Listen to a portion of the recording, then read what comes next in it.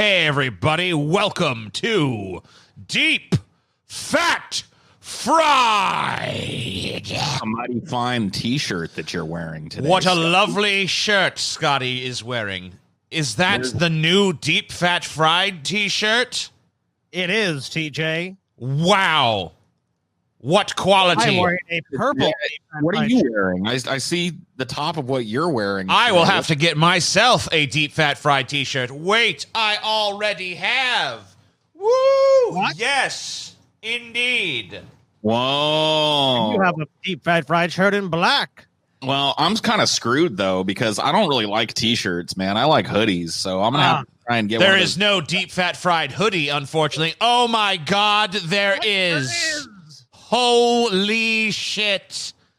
Who would have thought such a magical feat would even be possible? Not I, until today. Until today, I thought it madness anyone who said a Deep Fat Fried hoodie was available. But apparently it exists. What if you want one, though, TJ?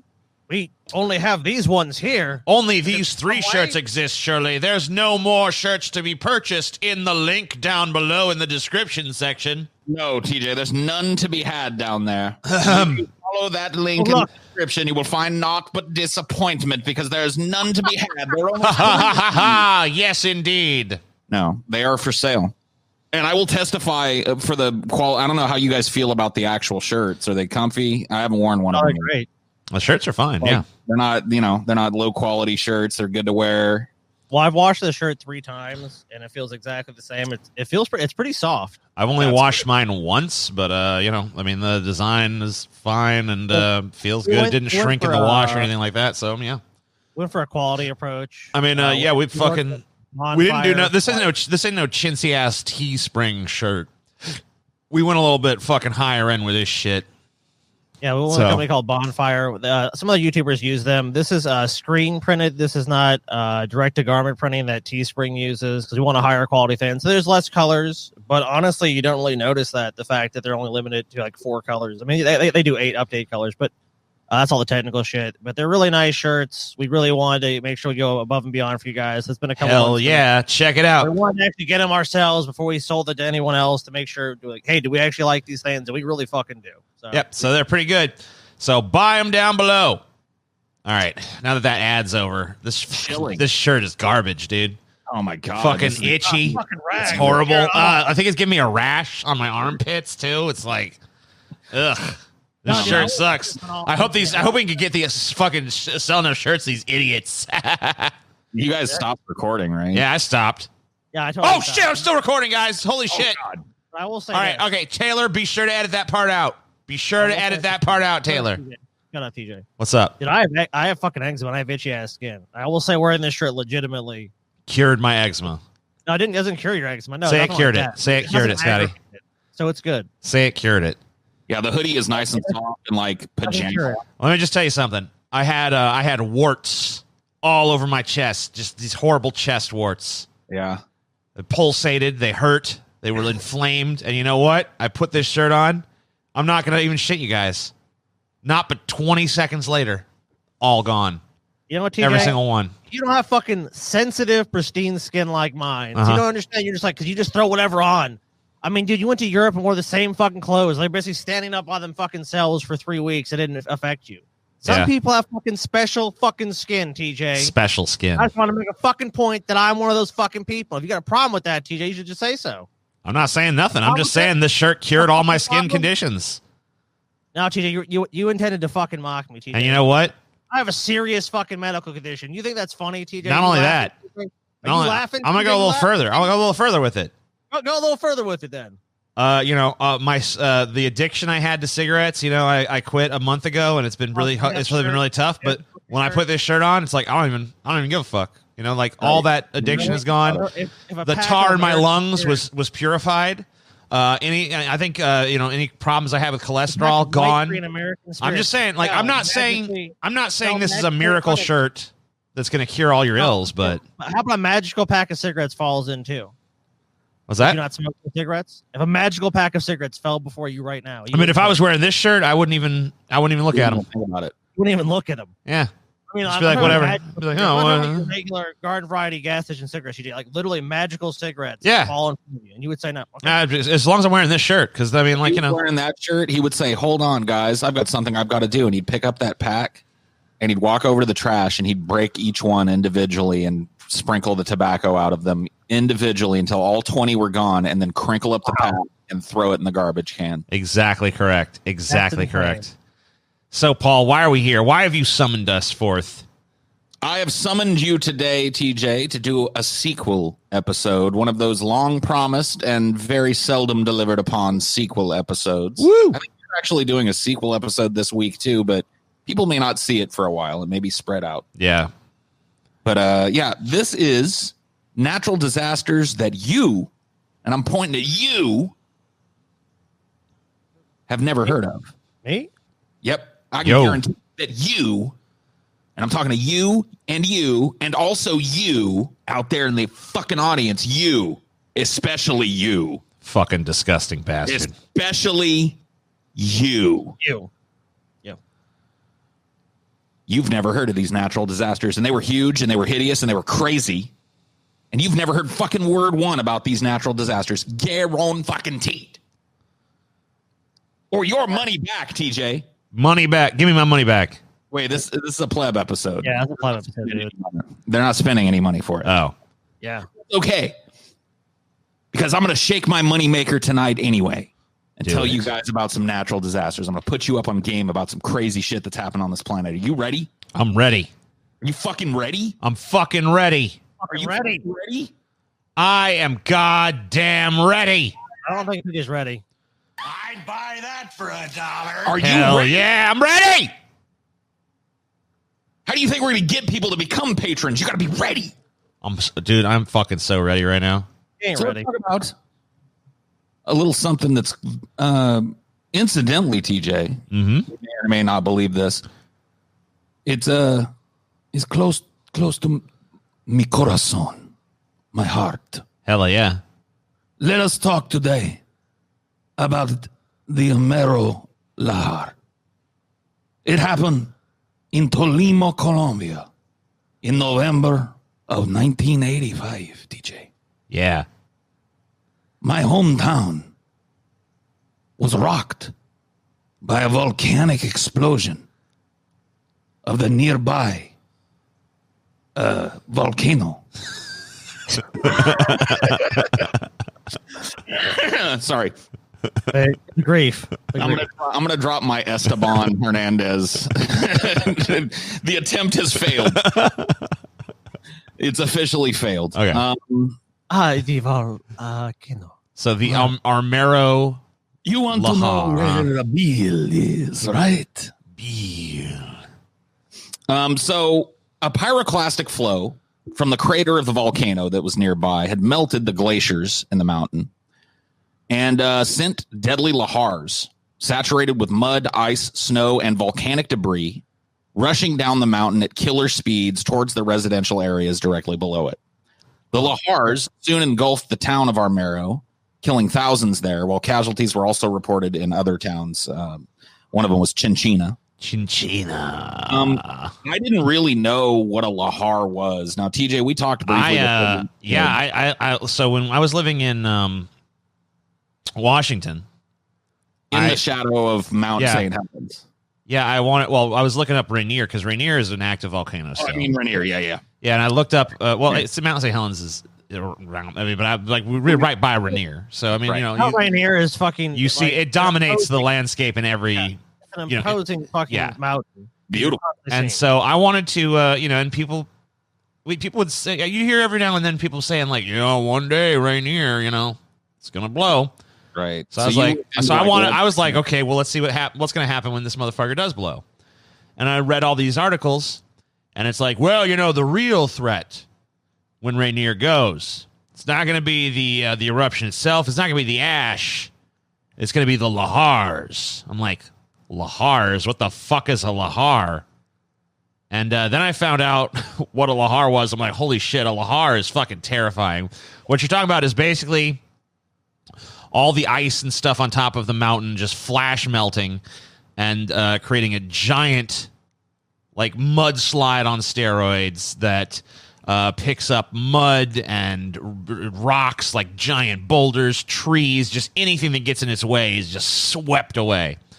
It doesn't, I mean, it's a mudslide on steroids. It's crazy. Basically. It's like an insane super mudslide, and it's happened there many times before.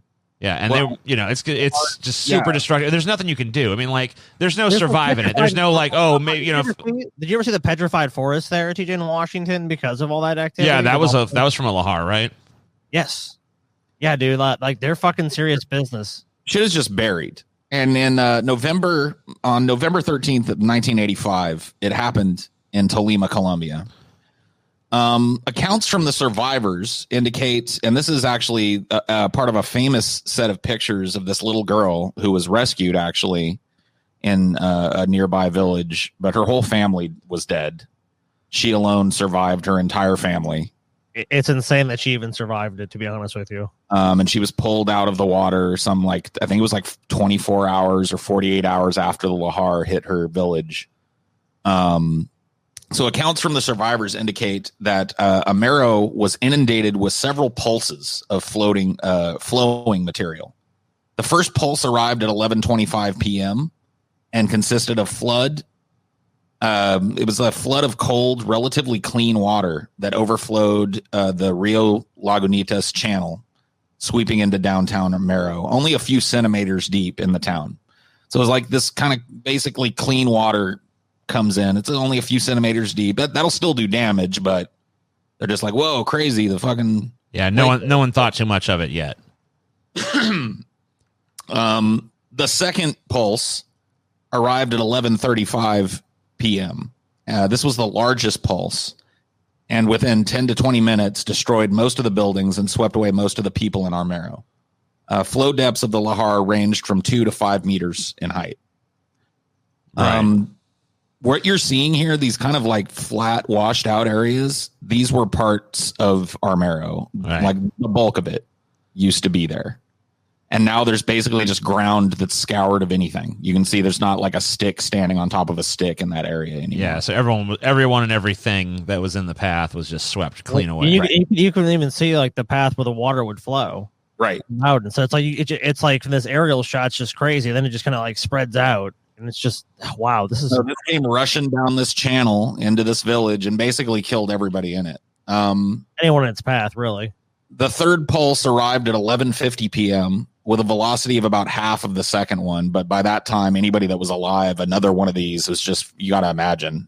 Right. Even though it was half the size of the original one, fuck. A fucking nightmare, dude. A fucking nightmare. Then in the next hour or so, a series of smaller pulses from accounts from the survivors vary from 6 to 8 was experienced by survivors who were all trapped in the mud. These pulses lifted people floating in the mud and pushed them a few meters ahead and then buried them again. And then the last pulse struck Armero a little after 1 a.m. on November 14th. So in the dead of night, this happened, by the way, too. Most of these people would have been asleep when the first pulse hit. It's 11 o'clock at night, So, and this is a pretty horrifying picture. I will tell you that this is actually one of the tamer ones that I was able to find. If you're interested and the type of person that is interested in these types of things, there are some fucking harrowing pictures of this because it happened in 1985. The press was in full swing. So if you like, I looked at a lot of them and I kind of decided on this one because, it shows the devastation. It shows a man that was clearly killed by this. And this is, like I said, one of the tamer pictures of this that I could find. I think there's one last picture. Yeah, this is just kind of like the cleanup efforts in one part of the town. And you can see that truck just like buried up to its fender boards and right. But I mean, this is like a lucky part of the town where some stuff still stands. Right. Death toll of this, all told, over 23,000 people died. What was the population of Armero at the time? I don't know. I didn't pull that. I mean, that's an insane amount of carnage from one event, though. Everything that I read said that a significant portion of the population was basically just swept away and killed. The people that probably survived were probably just on the outskirts of it, where it was bad. That lucky little patch that the water kind of rushed around that we saw in that picture previously. Yeah, higher ground or something, just whatever it was, just far enough away where the water and the debris. And then those statistics too, I will caution you guys when I give you death statistics on these, they're often undercut by secondary factors. So they take into account the people that died in the initial devastation, but not the people that died in the days and weeks afterwards due to sickness, injury, you know what I mean? Loss of food supply, hunger, starvation, exposure, etc. So, the number is probably significantly higher in terms of a death toll over the course of a couple of years after this. That's crazy. Yeah. Yeah. I wonder what the, I kind of looked into it and I couldn't find population. I found population numbers for it now. Like they've rebuilt Armero, but it doesn't really matter. Yeah, it doesn't really matter now. 85, I couldn't find them, so I didn't pull it. But everything that I said was. It seems like a pretty significant chunk of the fucking town was destroyed. What I read said a significant majority of the town was killed or displaced by the disaster. So fuck yeah, it's just like. Hey, how about fucking 10 feet of mud and fucking cold ass water and debris? I mean, you see all that. Look at all the fucking tree branches that shit's carrying. It takes a bunch of trees with it, rocks, trees, cars, houses that are all busted up. All of that becomes part of the Lahar, and that shit is coming at you. Nails, drywall, fucking timber, and all. It's all it just kills you. Yeah, I can't believe anyone survived that shit, dude. The fact that anyone survives it is miraculous in that fucking sense. Because it's just like that kid surviving. It's just must be fucking perfect luck. So you guys are old enough to remember, and I didn't pull it, but it's a good segue into the next one. The only time I've seen something like this in the modern era was I believe 2004 tsunamis that hit Indonesia. So I didn't pull anything about it, but a brief overview for those of you that are Zoomers and may not remember it very well. In 2004, I believe, a 9.3 earthquake, which is the strongest earthquake ever recorded by modern equipment, occurred miles underneath the ocean and offshore in Southeast Asia. Yeah. And inundated that area with gigantic tsunamis that swept inland and then did a bunch of damage. But the real damage was when it all flowed back out and went back to sea level, because that water's not going to be stopped. And so it brought with it debris, shit like this. I remember seeing news footage and footage from people who were there of streets just inundated with floating cars and logs and tree branches and bodies and just flowing down the fucking street. So yeah, most of the survivors had people that just happened to scramble on the roofs of buildings that were not inundated and they didn't just fucking fall off. I mean, that's about it. But that one is recent enough to where it's a pretty well-known tsunami and there's a lot of footage of it. So I didn't cover it. I covered another tsunami though.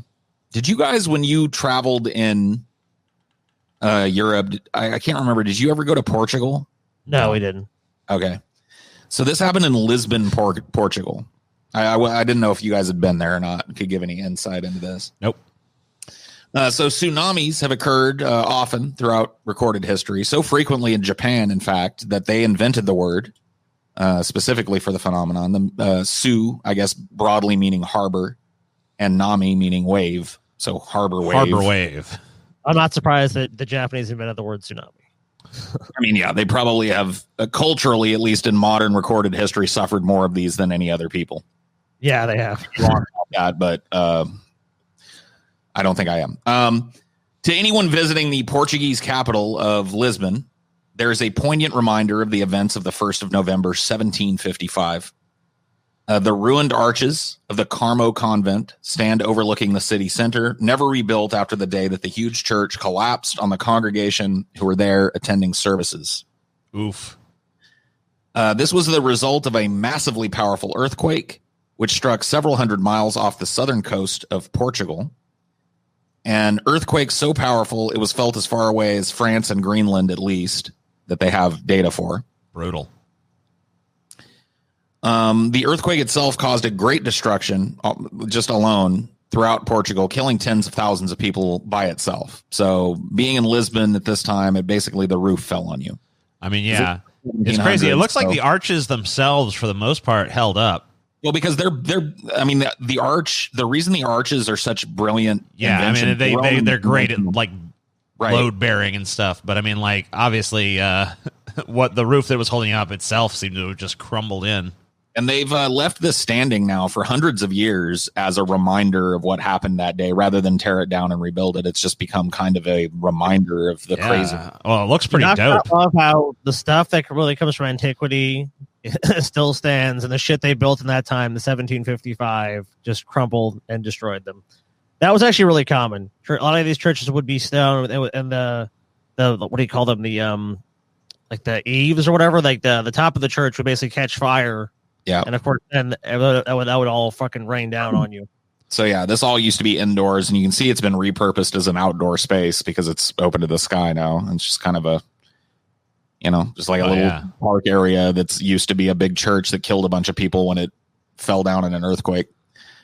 But this is where it gets really scary for me, because I can imagine doing this. So so people sought safety in open spaces, and in Portugal at this time, in Lisbon, the open spaces was the seafront. That's where there were no buildings and shit.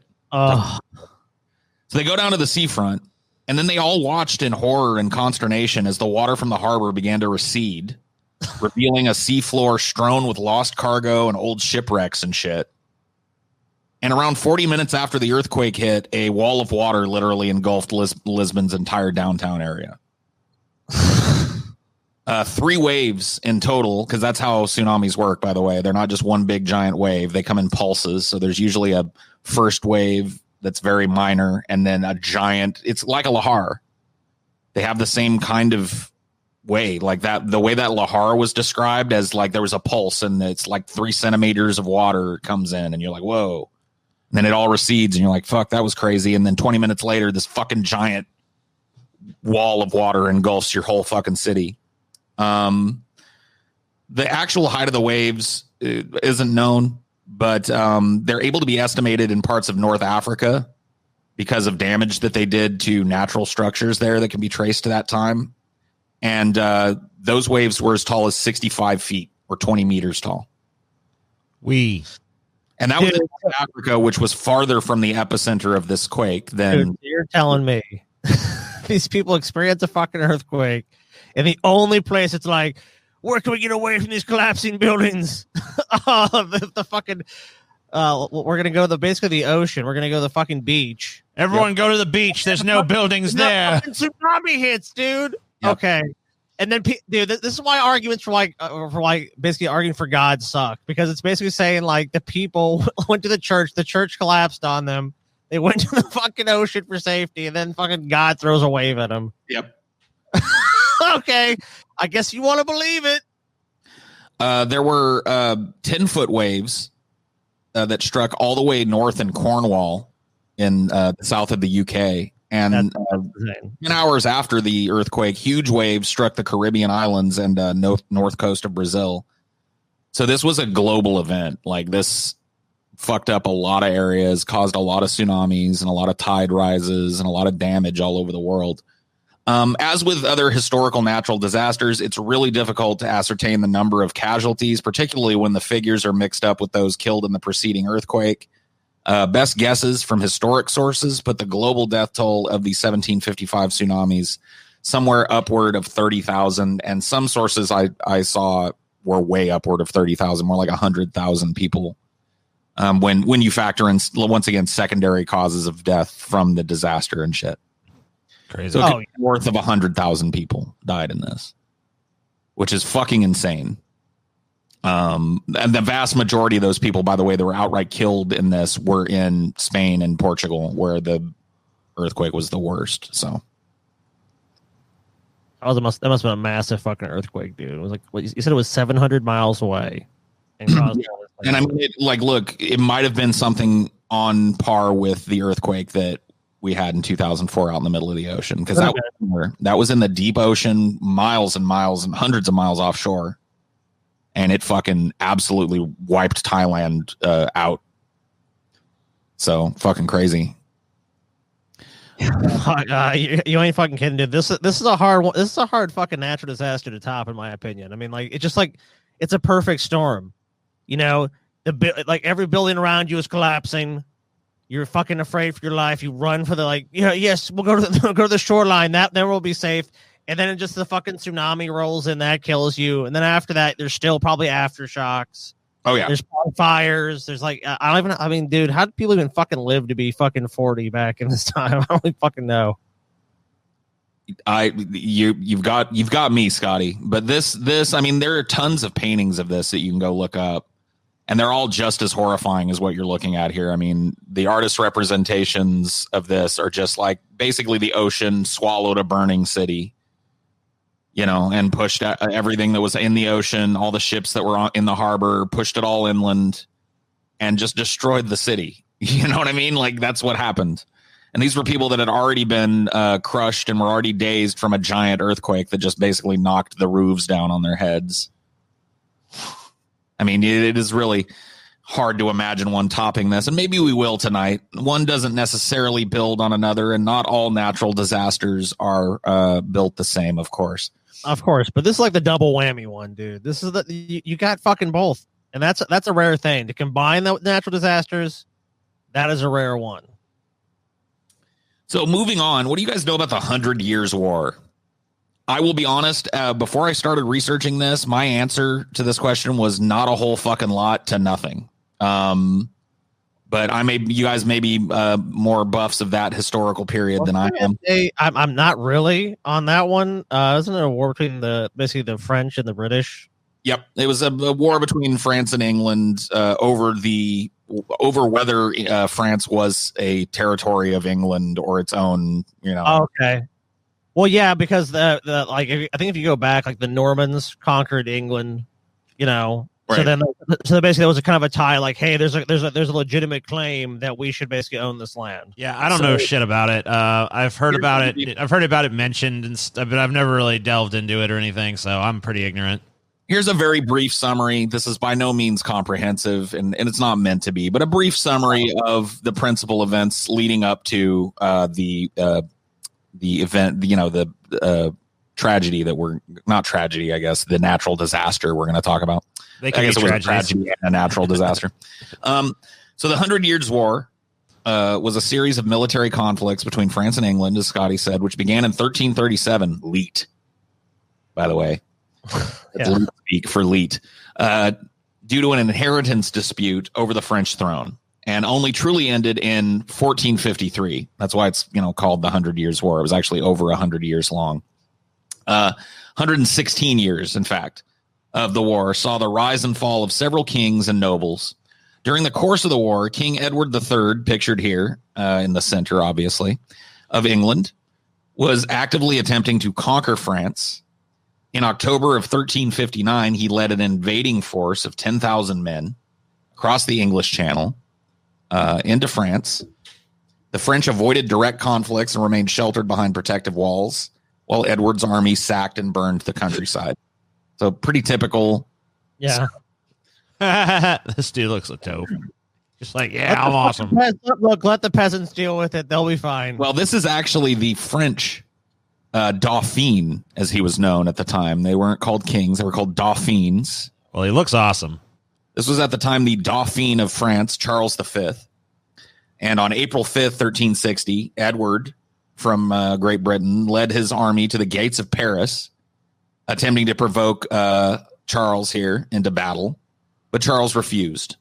Unable to breach the Paris defenses, Edward led his army onto the gates of Chartres, where they were again met with heavy fortifications. The French are pretty good at those fortifications, except for the Maginot Line. That one was kind of dumb. That one didn't work out very well. On Easter Monday of April 13th, the Easter Army made the English Army. Easter Army. Yeah, for eggs. Yeah, they were very religious, so they probably felt they were doing God's work anyway. They probably thought of themselves as the Easter Army, but they were the English Army. They made camp outside of the city in an open plain, and suddenly like a storm came out of nowhere, and it started as like a temperature drop, Like at first, like temperature dropped dramatically, and then thunder and lightning started happening, and then hail started to rain from the sky, giant hail. So we're talking like high winds, huge hailstones, freezing rain, pelting down on the soldiers on both sides of this conflict. Within half an hour, about 1,000 men and an astonishing 6,000 horses were dead from this. This must have been one hell of a hailstorm. I mean, if you're caught out in a big-ass hailstorm, it will kill you. Yeah. So, yeah, dude, we've had... These people were on the field of battle. They didn't have anything to go get under. So they just died. Dude, me and TJ, when we were kids, went through this crazy-ass hailstorm. Like, it was like our mom's house, and they had this room at the bottom of the house. It was basically like just a giant garage area, but there was like a few finished rooms. And our mom made us go to the most interior thing in the house. Like a giant tree branch fell. We could hear the hail. It was like, boop, boop, boop, boop, boop. And Steve actually ran his ass out because he just bought a new truck in the fucking hailstorm to get his truck, which I thought he was fucking insane to do as a little kid. Like he ran there and got it. And he was saying how much it hurt when he was getting hit with these, like, and he was saying like when he was driving the car in the garage, he was getting hit with hail balls, like basically the size of baseballs. And I mean, they come in different consistencies and shit too. Some of them are like loosely packed snowballs. Mm-hmm. And some of them are hard like golf balls and shit. There's some crazy ass ones. Apparently on this day, they got the golf ball kind, and it was basically boulders coming out of the sky. King Edward, pictured here, was convinced that the storm was a sign from God. It's reported that during the climax of the storm, he dismounted from his horse and dropped to his knees, reciting a vow of peace in the direction of Chartres Cathedral. So this convinced him like God did not want this war. God's pissed. In the aftermath of the storm, he rushed to pursue peace with the French. And on May 8th of 1360, he signed the Treaty of Brittany, agreeing to renounce his claim to the throne of France in return for sovereignty over vast tracts of land in the north of France. The French were also to pay a substantial sum for the release of their king, John II, who was held captive in England at the time. The agreement marked the end of the first phase of the 100 Years' War. Its legacy cited in one of Shakespeare's work. This is from the Merchant of Venice. It was not for nothing that my nose fell a-bleeding on Black Monday last at 6 o'clock in the morning. Just a weird offhanded reference to this happening because it was obviously more relevant during Shakespeare's time than it is now. There's a poem written about this. Thus armed, fierce Edward did his troops advance, resolved to wast ye stubborn realm of France. But gracious heaven stops his enraged hand, and loudly pleads the thunder for the land. Edward obeys his great creator's will. To yield to heaven is but to conquer still. Dude, this was a way of dressing up King Edward, basically capitulation of France. Yeah, it was divine. Well, of course, because there can be no other real reason that he can get legitimately France. But Scotty, did he really yield to France? He yielded to heaven, and that, Scotty, is victory. Dude, I like how there was like kiss assery even back then. That's like an epic sounding poem. Like, that's nice. And it's like, I mean, if you go to invade another country and like all of a sudden this fucking freakish hailstorm comes out of nowhere and kills the fuck out of all your men and horses, I could see, especially in 1360 or whenever the fuck, being like, okay, God does not want us to do this. Let's get the fuck out of here. Right. I mean, because we talked about it being the 100 Years' War, literally 116 years, it was not a lasting peace, as you might right, because you said it went on to like 1450 something, so obviously this did not wrap it up. So there was 9 years of relative peace between France and England, but war broke out again when the King of France accused Edward of not honoring his end of the treaty. So just basic, casus belli shit. We will war against you because you have defied us and not held up your end. Whether he did or not is, honestly, questionable point. France, they accused Edward of not honoring his part of the treaty. The last phase of the 100 Years' War finally concluded, as I said, in 1453. While the Black Monday storm had led to temporary peace after decades of war, its outcome was devastating. It had caused more English military casualties than any of the battles that took place during the entirety of the Bloody War. So it was the worst loss of troops in a insanely bloody, long, 100-year-long war. So, yeah, pretty crazy. Oh, yeah, and it had nothing to do with heaven either. It sounds like this guy lost a bunch of men and resources and was like, oh, shit, maybe I can't win. Yeah. It's a sign for peace. There's that he does not want this. There's a quotation that has been attributed to Thomas Jefferson, but I don't think he actually said it. But it was something like, peace is a brief moment in history where all the sides take some time to reload or something like that. Right. And that seems to be the case in this instance. Yeah. So an interesting one and kind of a fucked up way to die too. I mean, we talked about how bad it would be to be in the harbor, escaping the devastation from that earthquake, only to be swept away by a giant wave from the ocean. I mean, these guys have a similar situation. They're already facing death. They're about to go onto the battlefield. They're mustering for a giant battle and nobody knows if they're going to survive. And then all of a sudden the sky opens up and just starts pelting them to death. All their horses are dying. They're being killed. They're hiding under the corpses of their horses and shit to not be killed by this. Pretty fucked up. You know what? I agree with you. It is pretty fucked up. But at the same time, it's not as fucked up. A fucking earthquake and a tsunami at the same time. I don't know.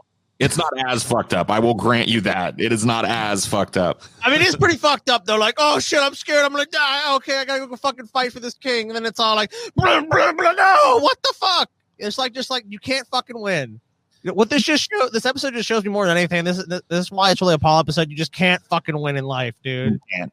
You're really going to fucking be killed by the fucking French or English, or you can get fucking pelted with goddamn fucking hail, or struck by fucking lightning, or some fucking bullshit. Now, the next one that we're going to talk about, have you guys ever heard of the Carrington Event? I mean, isn't this this is natural disasters we haven't heard of? And I got to say, so far, I've never heard of any of these, and this is no exception. I've never heard of this. Awesome. So I'm 3 for 3. So far, so good. The Carrington Event happened in 1859, and this is actually not as a devastating of a natural disaster as it is a weird one. And if it happened today, it would be fucking devastating. All right. So solar flares occur when pent-up magnetic energy in the sun's surface is unleashed in blasts of radiation and charged particles. Mm-hmm. The resulting explosions are equivalent to the force of millions of hydrogen bombs. Right. And the solar winds that they create have the ability to wreak havoc on Earth's atmosphere. I don't interrupt you. Did this happen in the 1800s? 1859. Okay, I think I actually might have heard about this. Yeah. You failed, Paul. It's okay. I failed with Scott. I don't want to reveal it though, because I want him to actually tell everyone. Sure. So basically, the Earth has a magnetic sphere, magnetosphere, to protect it from this shit, or at least that's what it does. I guess it doesn't have that to protect it from this shit, but the fact that Earth has a strong magnetosphere means that the radiation that the sun is constantly dumping at us gets deflected off of us. But every once in a while, the sun has a real rise in activity. Right. It has one of these big sunspots that's aimed just right to hit the fucking Earth. And that's basically what happened in 1859. So it happened in August and early September of 1859 when the planet was bombarded by the largest solar storm ever on record. This is the guy that the Carrington Event is named after, a British astronomer Richard Carrington. The event that he documented made the skies glow with shimmering multicolored auroras as far south as Hawaii. In Colorado, it was so bright that one witness reported people could easily read common print at night. So it's bright enough to read at night in the dark, what would normally be the dark. One of the things on my bucket list, if I have such a thing, is to travel far enough north at a time where I can actually witness the auroras. Aurora Borealis. This basically bathed half the planet almost to the equator in auroras. So people that had never seen such a thing before, maybe even never heard of such a thing before in their lives, suddenly the sky is alive with fire at night. You got to imagine the fucking panic that would have caused. Yeah. The so-called Carrington Event, which is named for Richard Carrington, made the skies glow like this painting here with shimmering light. The light might have been beautiful, but the geomagnetic disturbances that came with it brought down telegraph systems all around the globe. Compared to today's information superhighway, the telegraph system of 1859 may have been a mere dirt road, but the Victorian intranet, as it's now sometimes called, was a critical means of transmitting news, staying in touch with people, sending private messages, engaging in commerce. Is very important at this point in time to be able to keep in touch. And it was the first way to do that over long distances. It was the fastest, easiest way to do that had ever been come up with. Right. So telegraph operators that were in the United States observed local interruptions due to thunderstorms and northern lights before, but they'd never experienced a global disturbance like the 1-2 punch they received in the waning days of summer into 1859. Many telegraph lines across North America were rendered inoperable on the night of August 28th as the first of 2 successive solar storms struck E.W. Colgan, a telegraph manager in Pittsburgh, who reported that the resulting currents flowing through the wires were so powerful that the platinum contacts were melting and streams of fire were pouring forth from its circuits. Oof. In Washington, D.C., telegraph operator Frederick W. Royce was severely shocked as his forehead grazed a ground wire.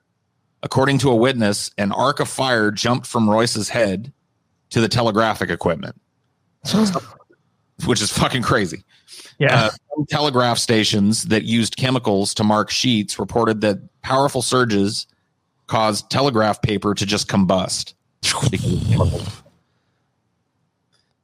So I actually pulled some pictures of telegraph machines here. I love it. What they looked like. Of course, you see the thing that you would tap on to send the Morse code. Yeah. And then the circuitry and shit that was apparently spewing fire from it. I got another picture of one, too, if you want to take a look. Yeah, this is just the tapping part. And you can see by wire, it is connected to one of those bigger parts that we saw. Victorian Internet. The fucking goddamn telegraph, dude. So on the morning of September 2nd, the magnetic mayhem resulting from the second storm created even more chaos for telegraph operators. When American Telegraph Company employees arrived from their Boston office for work at 8 a.m., they discovered it was impossible to transmit or receive dispatches. The atmosphere was so charged, however, this is crazy. The atmosphere was so charged, however, that operators made an incredible discovery. They could unplug their batteries and still transmit messages to Portland, Maine at 30 to 90 second intervals using only the auroral current. Oof. That much electricity and shit. So there was so much fucking electricity in the air that they could unplug these fucking machines and still send messages with them. Wild. The way of the future, dude. The way of the fucking future. Way of the future. Way of the future. Way of the future. Messages still couldn't be sent seamlessly as under normal conditions, but it was a useful workaround for the people that were able to discover it.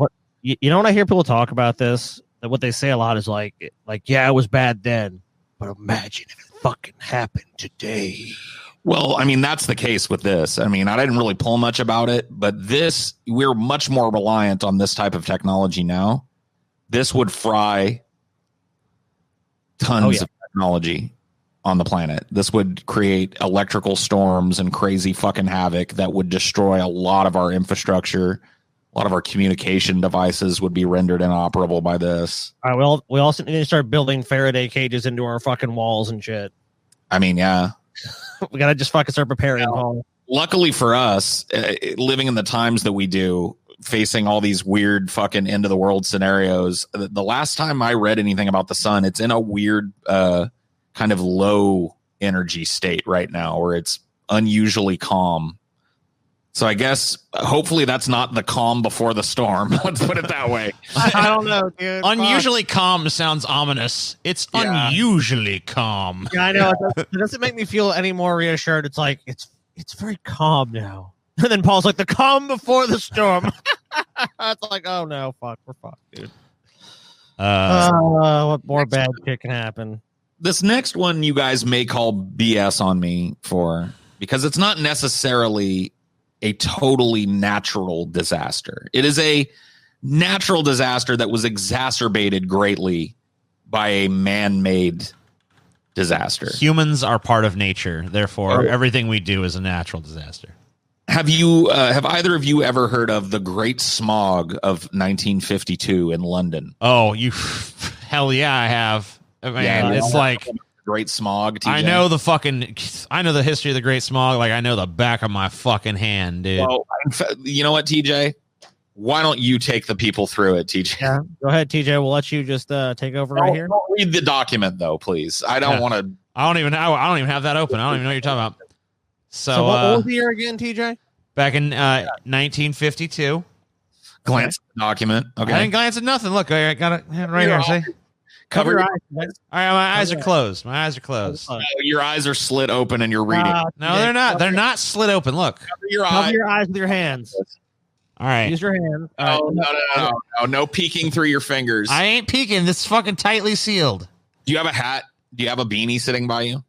I'm just saying, there was a severe cold spell in London in early December of 1952. Pull that shirt up over your head. Bullshit, TJ. Nice try, dude. Pull that. Yeah, there you go. Oh, he can probably see through it. This motherfucker's a cheater. Yeah, look at him. He's trying. I can't see through it. Dude, I know all about this, though. I really do. So there was even though you're a man of actual honor. It was great. There was a great smog in 1952, dude. It's just like, in London. Don't fucking do the Bart Simpson, dude. Yeah. Treasure Island is a book of an island, and there's treasure, and there's a pirate with a parrot perched on his shoulder. Yeah. So, go ahead, Paul. Oh, sorry. Go ahead, man. I was just saying, no, I was like, here's TJ doing it. So there was a bus and there was a guy. Yeah, let me tell you this. Clearly, this is right before the accident occurred. There's a lot of smog, and he couldn't see. And the bus's headlights are out too on one side, so that's a bad thing. I mean, but yeah, low visibility, even lower visibility. His fog lights were out. Then he killed this guy. He walked right in front of this damn bus. He died. It was the greatest tragedy in history. He did. Is that close, Paul? Is that what happened? Yep, that's you guys nailed it, dude. How did you know? Boom. Moving on to the next one. So a severe cold spell hit London in December of 1952. And Londoners did what they always did in such a situation at this time. They burned a bunch of coal to heat up their homes. Then, on December 5th, 1952, a layer of dense fog engulfed the city and stayed for 5 days. Now, this is not an uncommon occurrence in London. Mm-hmm. London is known for fog. Foggy old England, yeah. People just kind of hunkered down. There was a weather inversion that prevented the smoke from the coal burning in London's homes, plus the factories, from escaping into the atmosphere and being blown away as usual. And the fog kind of caused everything to just linger. And combined with the fog became this thick black smog that descended over the city. Londoners who were used to living in a city known for its pea soup fogs were not shocked to find themselves surrounded by thick fog. Yet the dense smog did not instill panic. It nearly shut down the city from December 5th to the 9th in 1952. So people were used to the really dense fog, so it didn't necessarily, nobody panicked about it, but it basically made the city inoperable for about 4 days. Dude, when you have the right conditions, I mean, shit, Paul, look where you're from. It happens there. Fog is really where I'm from, and when it's dense, like you can't see your hand in front of your face. And this was that mixed with coal smoke, so you can imagine. Yeah, when these countries industrializing, and you have the right weather conditions where there's no strong wind to push it all out, dude, this shit just hangs. It's crazy. It just hangs in the air. Yep. Visibility across London became extremely poor. In some places, visibility was recorded down to 1 foot, meaning that you wouldn't be able to see your own feet when looking down at, nor your own hands if they were held out in front of you. This is like Silent Hill. Yep. Welcome to Silent Hill, TJ. Should have sent in the one hero that they needed. Godzilla, dude. Oh, yeah, dude. Yeah, he could have beat the Smog. Godzilla could have taken care of this shit in fucking no time flat. Yeah, you're right, dude. Godzilla don't fuck around. Hold on, I gotta find where I was. They just didn't believe. There we go. They didn't believe hard enough in the power of Godzilla. So you can skip to the next one, TJ, I think. Sure thing. Transportation across the city came to a standstill, and many people were afraid to venture outside for fear of getting lost in their own neighborhoods. At least one theater was closed down because the smog had seeped inside, and the audience couldn't see the stage anymore. Like, it was smoggy so smoggy indoors, they had to close the theater.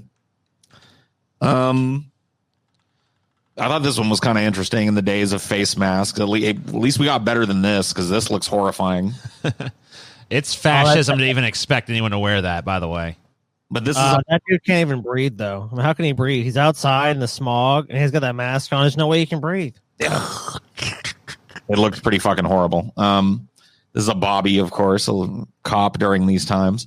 Damn it, Bobby. It wasn't until after the fog lifted on December 9th that the deadliness of the smog was truly discovered. During the 5 days in which the smog had covered London, over 4,000 more people had died than usual. What? Yep. There were also reports that a number of cattle were killed by the toxic smog. In the following weeks, a further 8,000 died from exposure to what has become known as the Great Smog of 1952. So, all told, about 12,000 people. I was not expecting that death toll, man. They were killed by this, and they thought it was innocuous. Like, they thought it was just a really dense, normal London fog and shit, but it was really laced with all these carcinogens and carbon and all the shit from the shit that they were heating up their houses with and burning in their factories. And it killed 12,000 people, either initially or from the illnesses that they got in the aftermath. When did this happen? The 50s? 1952. Wow. That's just fucking that. You wouldn't expect that. So when the actual death toll of this was released to the public, 12,000 people, it was shocking to the British public. Pollution, which many had thought was just a part of city life, had literally killed 12,000 people. Right. Over the course of 4 days. You know what I mean? Yeah. The black smoke had caused the most damage. Thus, in 1956, as a result of this, the British Parliament passed 2 Clean Air Acts, which were some of the first in the world of their kind, beginning the process of eliminating the burning of coal in people's homes and in factories. Fascism. So they started staging out coal, burning coal, especially in big city areas, and replacing it with less dense smoke-producing material and gas and that type of thing. The 1956 Clean Air Act established smokeless zones where smokeless fuel had to be burned. This law dramatically improved air quality in virtually all British cities. So it was a very successful 2 pieces of legislation. No way, dude. The 1968 successful in destroying freedom, maybe. So about 10 years later, they followed with another Clean Air Act that focused on the use of tall chimneys by the industry, which dispersed the polluted air more effectively. So it really improved the lives of people in the cities because of this. This was like the catalyst for Britain going, okay, we have a pollution problem. Yeah, that's so shocking to hear about now. Because at times we live in, like, there's a problem and it killed a bunch of people, and it's like, and then they did something. We actually should do something about this problem of, like, we could go outside in a major city and all just breathe in a bunch of fucking chemicals and die. You know, like, maybe that's a problem. I saw a fucking spicy meme earlier where they were saying, like, if the Black Plague had happened in America, like modern day America, and doctors were like, We think it's being carried by rats. You'd have a bunch of stupid conservatives going around like licking rats and shit. I love Fuck rats. you! This country is just like has this. This country just has a death wish. You know what you're talking about? They'd be like fucking some big rally, like, want a rat? Doesn't do nothing to you. Have a rat. Have a rat. Liberals say you can't have rats anymore. Well, fuck them. Yeah, then you see an article like 2 weeks later, like, man who was handing out rats and fucking someplace in Florida is now dead of the Black Plague. Oh, whatever. Doesn't matter. What's up, TikTok? I just went up and rounded up some genuine New York City plague sewer rats, and I'm going to let them crawl all over my naked body for donos. Fuck America. Anyway, next. So our final disaster Oh, my tonight. God. Giant fucking grasshoppers were killing people. Dude, that grasshoppers had to clock that dude in the fucking face, dude. And his children are horrible. Look at his kids. So this has the most ominous title of any of the ones we've covered tonight. That's why I saved it for last. Sweet. This happened in 1874 right here in the good old U.S. of A.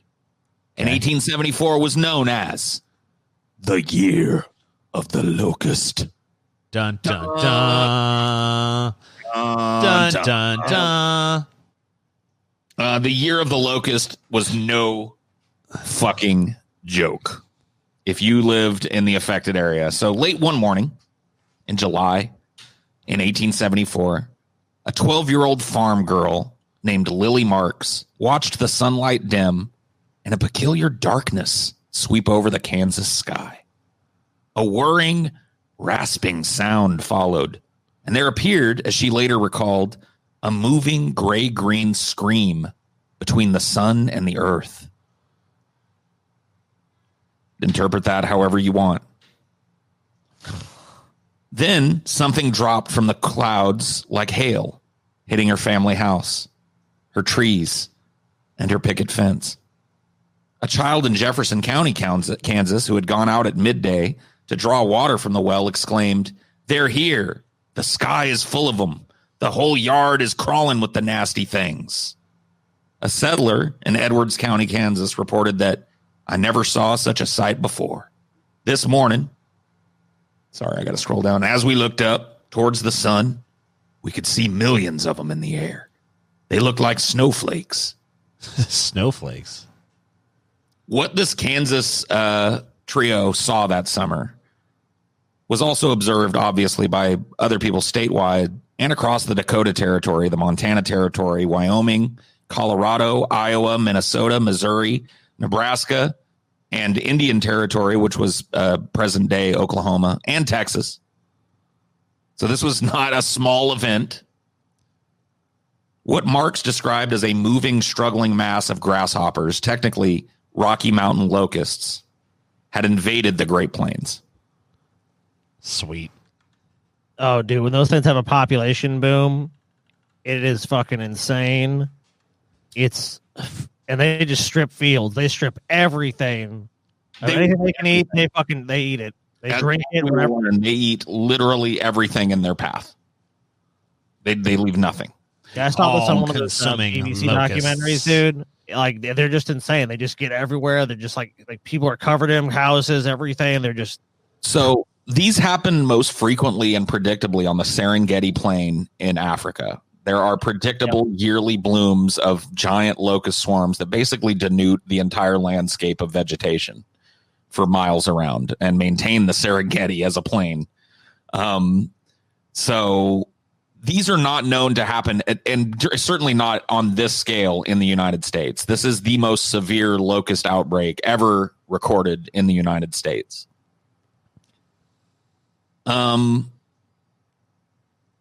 Farmers with their pants legs cinched up with string ran to try and cover their valuable water wells so that they didn't get choked with thousands of locusts. In many cases, their drinking water was about the only thing that they could save. As the swarms landed on houses, fields, and trees, the skies cleared, but then the real devastation began.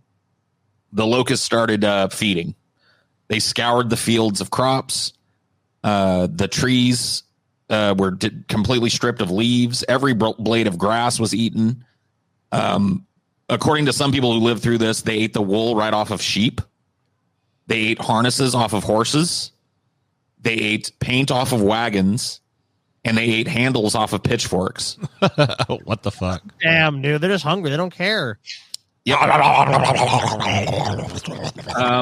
They washed in waves against the fences. So here's a kind of an up-close picture of them from this time. I thought that was kind of interesting. This is the species of locust. Now, I got to tell you guys, I'm not, you know me, I'm not eked out by a lot of animals. Like, right. I'm pretty animal friendly. I grew up around grasshoppers, which are probably about yay big, you know. Right. And I won't touch those motherfuckers. They just aren't right to me. Like, I don't like the way that they're put together. I am genuinely creeped out by them. Locusts are giant grasshoppers. Right. So I don't ever want to be in a fucking place where there's going to be a locust, is what I'm trying to say. I don't need it. I don't want it. I don't want to run into one of these fucking things. I don't like them. Oh, shit. I don't like them. Now I know how to torture Paul. I mean, I can look at pictures of them, but I'll be goddamned if I want to be caught in a swarm of these motherfuckers. The locusts are coming, Paul. All right, Pennywise. Fair enough.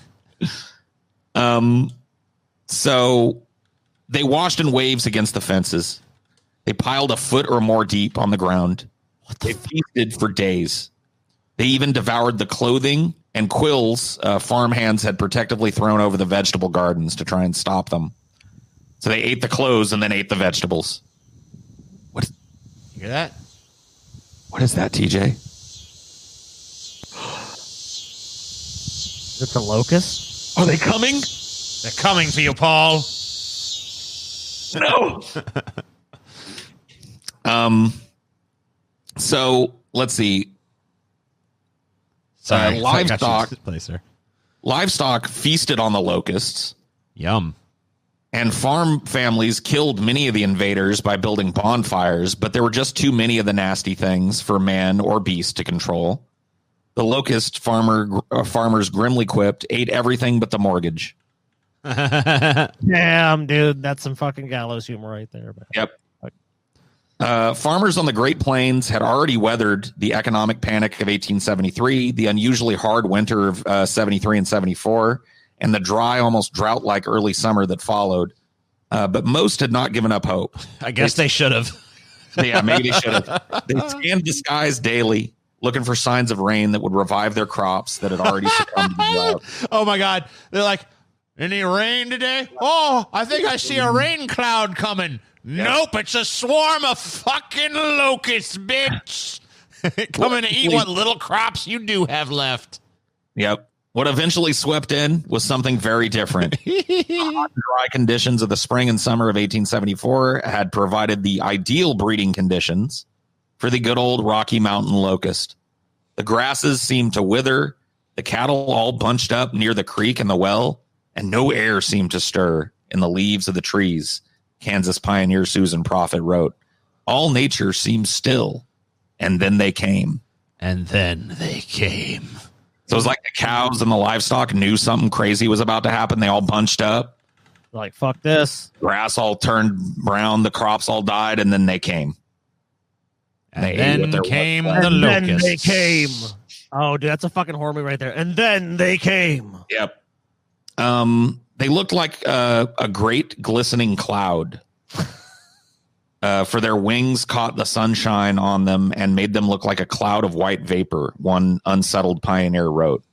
If it seemed as if it were a big snowstorm, recalled another, where the air was filled with enormous-sized flakes. So a lot of people compared this to a snowstorm, but it wasn't flakes of snow. It was giant flying, horrible locusts consuming everything. I can't even imagine I'd rather go through the tsunami. At least I could just go down to the harbor and see some cool shipwrecks and shit down at the bottom of the harbor. Like, whoa, look what's down there. Neat. Oh, now I'm dead. You just got to get covered in these fucking disgusting things. And then you'll be just killing them. And all because you know, it's like if it happened today, it would just be us like, oh, get out of my house. Fuck no. Fuck. You used to be swatting those things for fucking days. And see, they don't eat meat. they're not coming after you.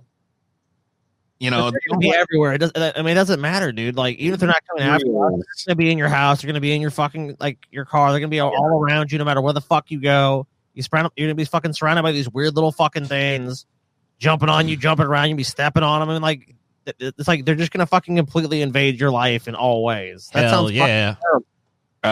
In places, the massive insects blocked out the sun for as long as 6 hours.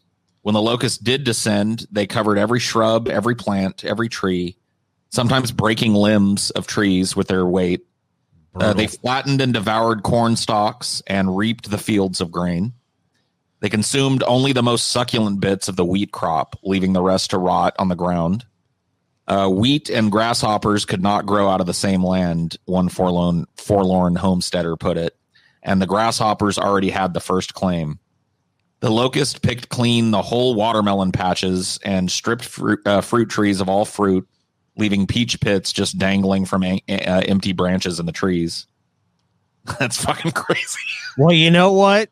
The good thing is that, humanity is fast destroying the planet. So hopefully the conditions for these guys to come back are shitty. So I pulled this video of a CNN story about a giant locust swarm in Madagascar. Cool. So we get an idea of what one looks like. The UN is appealing for more than $41 million to eliminate a severe plague of locusts in Madagascar. Half of the money is needed by June to try to save the country's crop production.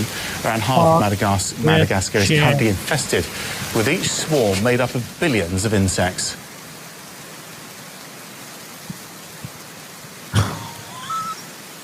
So this is pretty akin to what the settlers would have experienced in the territories we described. Okay, I gotta say, these settlers were pretty fucking bereft of imagination if they looked at this and like, this is like a snowstorm. It's like, no, it's not.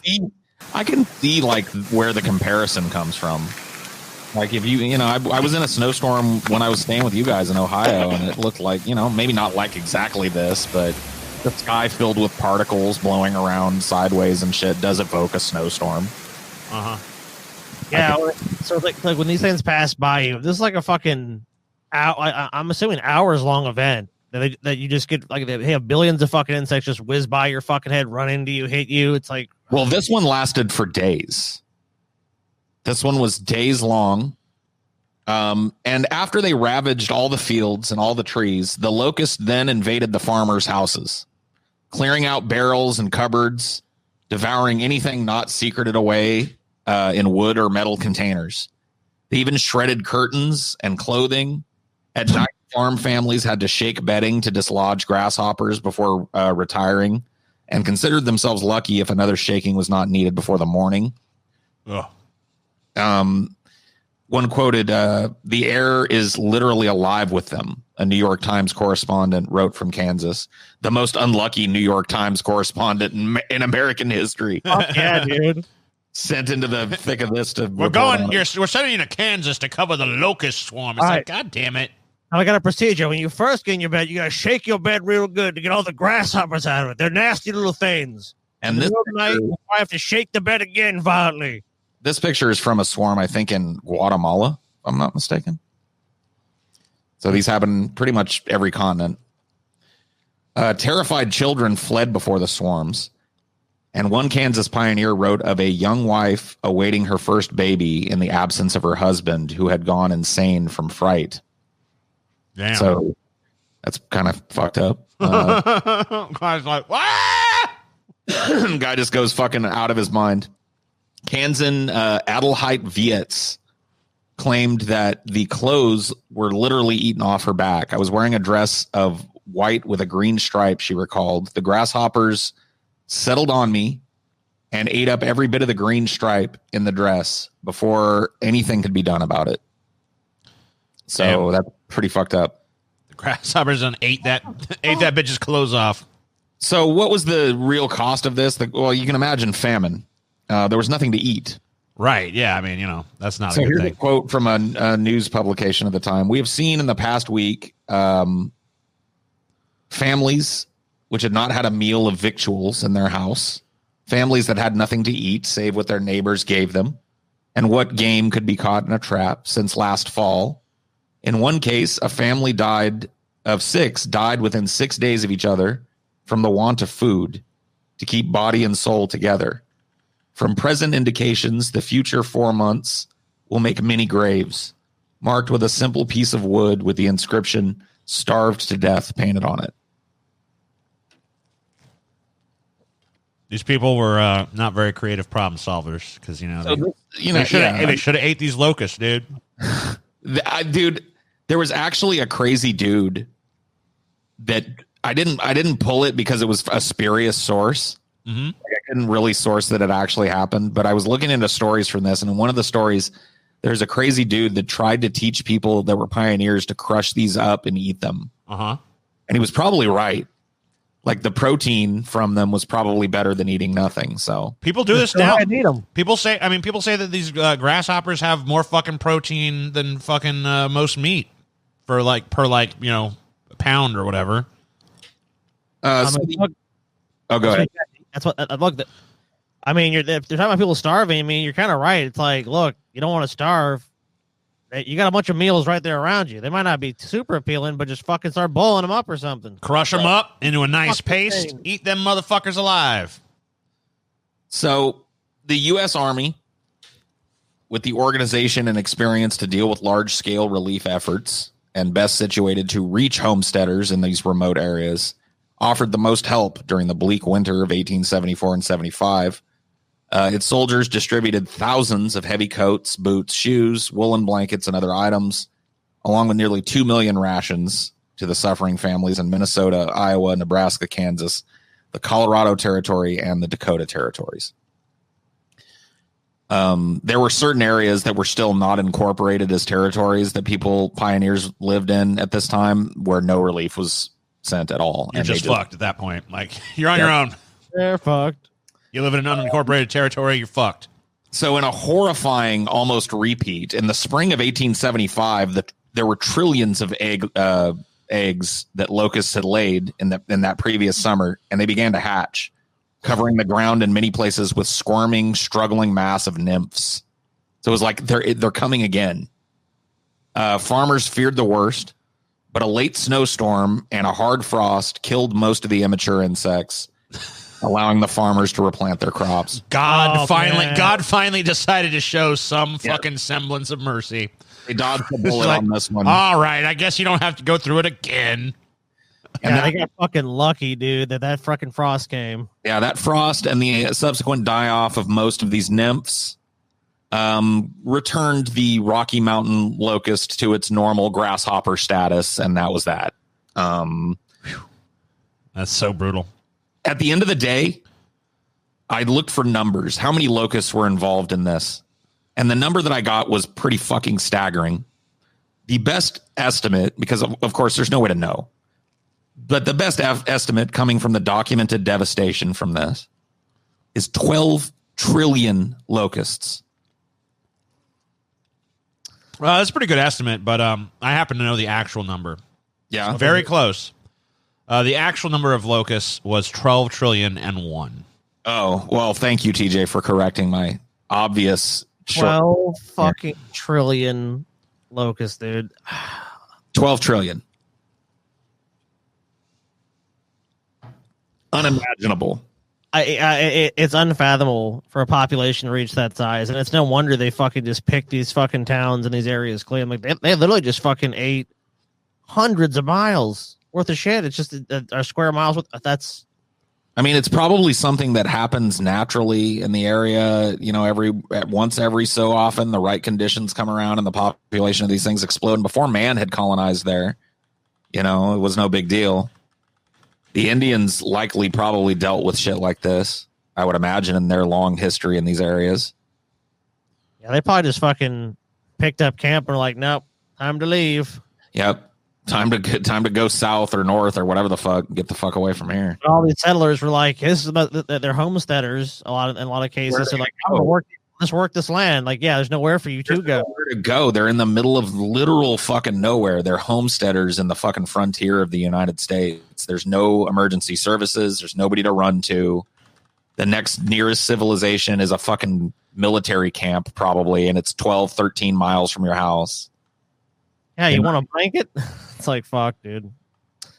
So anyway, that's it. So I did pretty good. I think I got Scotty on all but the Carrington event, and I got TJ on all of them. And so I like to help people. A trillion is such a hard number to wrap your mind around.